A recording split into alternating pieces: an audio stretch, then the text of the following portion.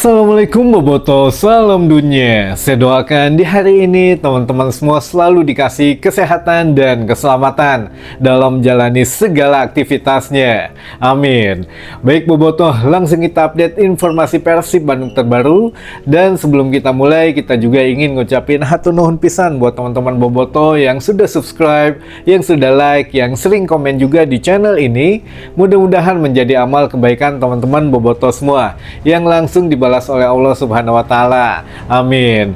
Dan Bobotoh, kita mendengar sendiri bahwa Kang Aditya selaku supporting director PT PBB mengatakan sudah ada 5 pemain yang deal katanya dengan Persib Bandung, walaupun tanpa ada keterangan lebih lanjutnya gitu ya. 5 pemain ini apakah asing atau lokal, atau apakah negaranya dari yang diberitakan sebelumnya dari Brazil atau Argentina. Nah, ini tidak ada kelanjutannya. Katanya memang sengaja ingin mengumumkannya secara spesial biar lebih kejutan lah buat teman-teman Boboto semuanya. Jadi nggak kayak biasanya untuk pengumuman pemain barunya. Nah, bagaimana untuk caranya gitu. Nah, ini kita juga menduga-duga ini mah gitu ya. Cara pengumumannya adalah misalkan meren ini mah tanggal nomor punggung, misalkan pemain ini nomor punggung 18 gitu ya. Nomor punggung 18 diumumkannya jam 18 atau jam 6 sore, bisa jadi begitu. Atau nomor punggung 9, nah diumumkannya jam 9 pagi atau jam 9 malam ya. Atau bisa juga dengan cara yang lain ya. Ini mah baru sekedar menduga-duga saja teman-teman. Tapi ya kita nantikan saja sama-sama. Tidak lama lagi katanya sudah akan ya satu persatu diperkenalkan. Jadi ada 5 ini pemain yang sudah deal. Apakah kelima pemain ini ada bocoran turunan dari Wahaji Umuh kemarin yang mana mengatakan ada 2 pemain Brazil dan 1 pemain Argentina. Nah, ataukah yang dibilang dirumorkan ke Persib Bandung benar atau tidaknya ya, menurut Kang Aditya ada yang benar, ada yang tidak gitu. Jadi ya dinikmati saja semua rumorsnya, karena ini memang waktunya rumors. Kalau bukan waktunya rumors juga bukan waktunya bursa transfer, kita juga nggak bahas bursa transfer gitu ya teman-teman. Tapi ya inilah, sekali lagi waktunya rumors mah dinikmati saja teman-teman. Baik, lanjut dari keterangan Wahaji Umuh yang memang sudah tidak ada suaranya lagi, karena mungkin ini mah dari manajemen Wahaji punten pisan gitu ya, kita ingin membuat satu kejutan buat teman-teman Boboto, jadi jangan terlalu dibocorin lagi mengenai pemain barunya. Makanya Wahaji Umuh ketika ditanya ya, wah ada pemain baru lagi nggak, makanya nggak deh katanya, no comment katanya masalah itu, nanti aja lah tergantung Pak Glenn katanya. Nah, ini memang ya bagaimana caranya untuk memperkenalkan pemain, kita tunggu resminya di Persib Official teman-teman. Tapi nah, kita ada beberapa benang merahnya teman-teman, yang mana ya kan kemarin ada yang mengatakan bahwa sudah deal dari Brazil, sudah deal dari Argentina, namanya keluar segala macam, walaupun belum diumumkan oleh manajemen memang ada yang benar atau yang tidak. Dan ini tambahan lagi teman-teman, yang mana kemarin sudah kita bahas posisi depan gitu ya, posisi depan dan posisi tengah. Sekarang kita bergeser ke posisi pertahanan atau lini pertahanan back lah untuk lebih spesifiknya, yaitu pengganti Nick Kuipers. Siapakah yang pantas? Nah, ini ada beberapa nama memang yang muncul, tapi kalau saya masih bertahan gitu ya dengan satu nama. Apakah memang benar atau tidak, atau gagal lagi, kita juga patut tunggu. Ada satu nama inisialnya MZ teman-teman, atau Matko Zirdum, yang mana dari musim lalu sebetulnya sudah hampir nyambung dari uraian kita awal musim kemarin teman-teman.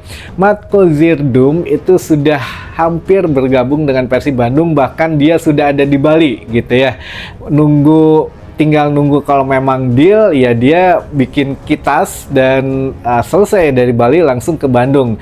Tapi ya mungkin hanya satu alasan kenapa gagal bergabung, karena budget teman-teman. Budget ini yang mana Marco Jdum pada saat musim kemarin itu masih agak tinggi gitu ya untuk nilai transfernya di atas 5M, sehingga mungkin ya akhirnya memilih Franka daripada Jdum. Nah, ini benang merahnya apa teman-teman, kenapa Marco Jdum ini dikaitkan dengan Persib Bandung? Yuk mari kita simak head to head Marco Jdum, apakah pengganti Nick Kuipers atau ada nama lain? Kita satu persatu dulu saja. Sekarang khusus Marco Jdum dulu, yang mana Marco Jdum dan juga Nick Kuipers ini memang bisa jadi, atau pengganti Nick Kuipers ini harus setidaknya yang setara gitu ya. Untuk dari usia dulu aja, dari usia Jdum ini di usia 26 tahun saat ini, dan Nick Kuipers di usia 32 tahun. Kalau memang manajemen ingin peremajaan, ya masuk gitu ya. Jdum ini masuk dalam peremajaan skuad Persib Bandung karena usianya masih cukup muda, 26 tahun, dan juga teman-teman dari mulai tinggi badan pun di sini hampir sama. Nick Kuipers dengan tinggi badan 193 cm, Jdum ini 195 cm tinggi tubuhnya, jadi lebih tinggi daripada Nick Kuipers. Nah, bisa dibayangkan kan, apakah memang Bojan Hodak menyukai pemain back yang tinggi dan mempunyai kapabilitas gitu ya, dan kapasitas yang mumpuni. Nah, ini juga kita turun ke head to head selanjutnya. Marco Jdum ternyata pernah menjadi pemain nasional Kroasia U21 teman-teman gitu ya, jadi prestasinya juga ada. Dan selain itu juga ketika bermain di Kuala Lumpur FC gitu ya, ini juga memang iya benar, KL City menjadi anak buah Bojan Hodak, menjadi kesayangan juga waktu itu, yang mana bisa jadi teman-teman ini memang sudah ada koneksi. Makanya awal musim kemarin udah nego-nego, ternyata ya mungkin ya budgetnya tidak oke lah gitu ya. Jadi ya sudah no deal akhirnya. Nah, ini turun lagi masalah untuk permainannya. Kalau untuk Nick Kuipers dan Jdum ini ada kesamaan teman-teman.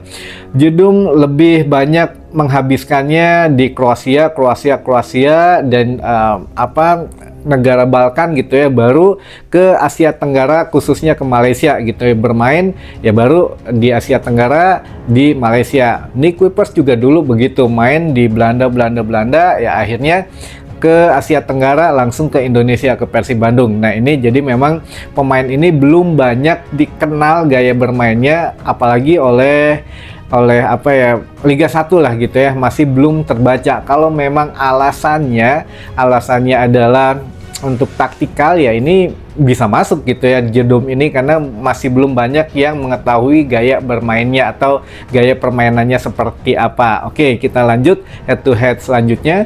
Nick Kuipers kaki terkuatnya adalah kaki kanan, dan untuk Jdum juga kaki terkuatnya adalah kaki kanan. Nah, lanjut selanjutnya, ini yang menarik.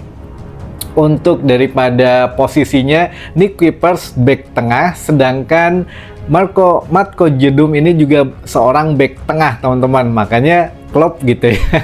Kalau Nick Kuipers keluar, ya berarti Bojan Hodak mau tidak mau membutuhkan back tengah, karena Bojan kayaknya sudah memang nyaman, dan sampai sejauh ini taktiknya lebih berhasil dengan menggunakan 4 back dan harus ada back tengah gitu ya. Makanya ya ini calon back tengah baru, apakah Marco Jdum masuk atau tidak? Ya sepertinya kalau memang dari kalkulasi memang masuk gitu ya teman-teman, dari statistik lah gitu ya, kita tidak nyebutin hal-hal yang lain, tapi kalau dari statistik masuk. Dan yang paling menarik adalah begini, untuk Nick Kuipers saat ini head to head dari nilai transfer gitu ya, sudah di angka 6M lebih teman-teman. Makanya ya kita nggak tahu alasan dari Nick Kuipers pergi meninggalkan Persib Bandung, apakah memang tidak diperpanjang juga untuk kontraknya, atau memang nego-nego tidak ketemu harganya dengan manajemen Persib Bandung. Sedangkan Marco Jdum di awal musim kemarin itu angkanya masih di angka 5M ke atas gitu ya. Namun sekarang dari transfer market yang terbaru, nilai kontrak Marco Jdum sekarang hanya 2,5M gitu ya. Jadi ya udah turun setengahnya, karena mungkin kembali lagi ke negaranya yang memang dihargai ya tidak terlalu tinggi gitu ya. Ini kesempatan Persib Bandung, dan kontrak Matko Zirdoum pun di klub Kroasianya berakhir bulan Juni ini teman-teman, sehingga wah ini peluang gede gitu ya, tinggal nunggu saja habis kontrak langsung ya bisa ke Persib Bandung kalau memang jadi Matko Zirdoum. Nah ini juga bisa jadi teman-teman, ketika Bojan 4 hari ke Malaysia apakah ketemu dengan agennya Matko Zirdoum, karena kan kita tahu KL City ya Bojan banyak ketemu pemain di sana, dan termasuk ada pemain lain yang ketemu mungkin atau agennya yang diutus ketemu Bojan Hodak di Malaysia. Ini masih menjadi misteri teman-teman, tapi yang penting siapapun itu, menurut Kang Aditya, 5 pemain yang sudah deal dengan Persib Bandung ini, Bojan Hodak menyukai gaya bermain yang versatil. Jadi 5 pemain ini bisa ditempatkan di beberapa posisi katanya gitu ya. Jadi ya kalau ditempatkan di beberapa posisi ya kita bisa ngira-ngira posisi depan pasti gitu ya, bisa striker, bisa disimpan di sayap, bisa juga di false nine misalkan gitu ya, dan lain sebagainya. Apalagi gelandang serang ini harus bisa mobile, sayap kiri, sayap kanan gitu ya, dan lain sebagainya. Nah ini juga ya semakin menarik karena dari rekrutan Bojan Hodak yang cukup berhasil, yaitu Mang Agus gitu. Mang Agus ini hanya bisa menempati satu posisi, setidaknya bek tengah juga. Ya Matko Zirdoum pun sama teman-teman, hanya memiliki satu dan spesialisnya di situ gitu ya. Dan ini juga satu rekan dengan Kevin Ray Mendoza ketika di KL City, sehingga ya tidak ada masalah apapun dengan Bojan Hodak. Jadi ya ini mah mudah-mudahan lah, dengan nilai kontrak cuma 2,5 M gitu masih bisa lah gitu ya, apalagi sudah habis kontraknya akhir bulan Juni besok. Jadi ya bisa kalau memang berniat gitu ya, atau ada calon lain kita juga tunggu teman-teman. Tapi sementara ya itu dulu ya, Matko Zirdoum salah satu calon pemain yang bisa diandalkan Persib Bandung jika seandainya diminati untuk musim depan. Masalah bermain di Asia ya jangan khawatir lah, itu juga pemain timnas U21 Kroasia, dan di KL City-nya juga oke. Waktu itu tandemnya juga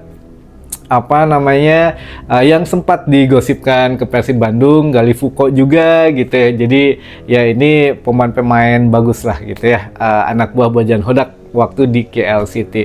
Itu teman-teman untuk rumors terbaru, dan kita tunggu saja apakah benar atau tidak, tapi setidaknya ada benang merahnya yang mengarah ke situ. Bahkan ya kalau Zirdoum ini awal musim kemarin sudah di Bali teman-teman gitu ya, itu clue terbaiknya itu. Bahkan kalau memang sudah deal ya sudah langsung ke Bandung, tapi akhirnya no deal ya dia balik lagi ke negaranya teman-teman. Baik, ada beberapa pertanyaan yang sudah ada dan kita jawab. Kalau nggak salah ada pertanyaan satu, saya punya utang tadi di video sebelumnya gitu ya, jadi kita bahas dulu. Sapa-sapa dulu aja. Yang pertama ada Bobotoh Ablos Cibaduyut, Kang Tara disapa. Waduh, Bobotoh Ablos Cibaduyut, caket atau ya mah ya. Jadi ya assalamualaikum buat Bobotoh Ablos Cibaduyut. Udah disapa sekarang mah. Jadi ya tong aambekan gitu ya. Komen lagi teman-teman. Lalu yang ini yang pertanyaan tadi siang. Kang naha eta anak Mas Bojan si Kevin bet dilepas cenah alus mainna. Ya itulah, kalau memang alasan dari Kang Bojan Hodak belum mengatakan apapun, tapi kalau Kang Aditya ini mengatakan bahwa Kevin ya mungkin bukan Kevin saja gitu ya, beberapa pemain yang dilepas ya sudah tidak sesuai dengan taktikal saja. Itu pun keputusan bersama, bukan hanya dari manajemen sepihak, tapi ada dari tim pelatih dan manajemen dan pemain gitu. Jadi ya semua pihak memang sudah tidak bisa melanjutkan kerjasamanya. Namun ya gimana ya, udah ada 2 pemain soalnya yang ngomong, Kevin dan juga Ciro ngomongnya memang tidak pernah dihubungi manajemen Persib Bandung untuk memperpanjang kontrak gitu. Kalau menyalahin nyalahin pelatih, katakanlah, oh Bojan Hodak nggak ngajak ngomong, ya memang bukan tugasnya Bojan Hodak. Bojan Hodak hanya meyakinkan manajemen bahwa ini pemain masih saya butuhkan, mangga gitu ya, terserah cara negosiasinya gimana biar tetap ada di Persib Bandung. Jadi semua perannya lebih besar sebetulnya manajemen, teman-teman gitu ya, kontrak perpanjang atau tidak. Kalaupun memang tim pelatih masih mau dengan beberapa pemain ini, katakanlah Mendoza ya, tapi kalau budget dan juga lain hal tidak sesuai, ya mungkin dilepas juga akhirnya, karena ya lumayan gitu ya, kalau sekarang pemain yang juara nilai kontraknya pasti naik, teman-teman gitu ya. Jadi ini juga menyangkut dengan Luis Passos sepertinya, kalau dugaan kita, yang mana kan Luis Passos lebih memilih Teja Paku Alam sebetulnya gitu. Ketika Kevin Ray Mendoza masuk, ini juga sempat di awal-awal, aduh, hayang nama ya masih gantian lah ini, tapi ya Mendoza terus dipasang oleh Bojan Hodak, sehingga ya Passos juga mungkin punten ya merasa sedikit tidak nyaman mungkin dengan keputusan tim pelatih. Tim pelatih juga bukan berarti sejalan semua. Kalau sejalan dalam satu tujuan nggak apa-apa, tapi kalau untuk pemilihan pemain mungkin ini juga ada sedikit perdebatan. Tapi saya pikir itu bukan masalah yang besar gitu ya kalau untuk pemilihan siapa penjaga gawang. Tapi ada satu hal yang memang agak besar isunya. Teja Paku Alam katanya kan sudah berniat ingin pulang kampung gitu ya ke Semen Padang. Apakah gitu, kalau manajemen juga mungkin memperkirakan, aduh ini kan Teja masih punya kontrak gitu ya di Persib Bandung hingga tahun depan, ya kalau memang pemainnya nggak betah, takutnya minta dijual atau minta dipinjamkan, ya pelapis kiper utama saha gitu. Kecuali kalau memang sekarang Teja mau dimunculin lagi jadi kiper nomor 1 di Persib Bandung, ya nggak masalah. Namun ya inilah yang memang menjadi satu hal tanda tanya di redaksi juga. Aduh, apakah memang kalau Mendoza yang pergi, ya berarti Teja Paku Alam tetap stay di Persib Bandung. Nah ini kita lihat, kalau memang Teja tetap stay di Persib Bandung musim depan, berarti memang ada itulah masalah pemilihan pemain saja, teman-teman. Jadi ya wajar lah ngerasa cemburu gitu ya, bukan berarti gimana, tapi namanya pemain bagus dan pemain bagus pasti ada persaingan walaupun tidak terungkapkan, teman-teman. Itu mungkin ya itulah bola panasnya ada di manajemen Persib Bandung. Mungkin masalah negosiasi saja, tidak deal, makanya Mendoza pergi gitu ya. Lalu yang ketiga, Kang Ari Persib teh iraha main deui di ACL 2 masih belum ada kabarnya, teman-teman. Tapi kalau untuk dimulainya katanya bulan September gitu ya, tapi bulan Agustus itu sudah ada penggrup, jadi sudah dimasukin grup A, B, C dan seterusnya. Nah ini Persib Bandung kan sebelum masuk dalam pot grup A, B, C dan seterusnya itu harus ada kualifikasi dulu. Kalau musim kemarin ada tim dari Korea Utara yang akhirnya dinyatakan mundur gitu ya karena tidak lolos apa gitu. Jadi Persib Bandung langsung lolos ke pot grup gitu. Tapi kalau sekarang enggak, harus melalui ACL dulu. Kualifikasi dulu. Nah, kalau kualifikasi bagus atau menang gitu ya, itu baru bisa masuk ke kualifikasi grup. Tapi kalau memang gagal di kualifikasi, langsung masuk ke challenge liga gitu ya, di peringkat di bawah ACL 2. Jadi ya inilah langsung minimal masih main di Asia, teman-teman gitu. Tapi ya kita tunggulah nanti tanggal berapa pastinya. Tapi yang jelas bulan Agustus harus sudah ditentukan Persib lolos ke ACL 2 atau tidak. Jadi kualifikasinya antara bulan Juli atau Agustus mungkin ya, nanti kita update lagi.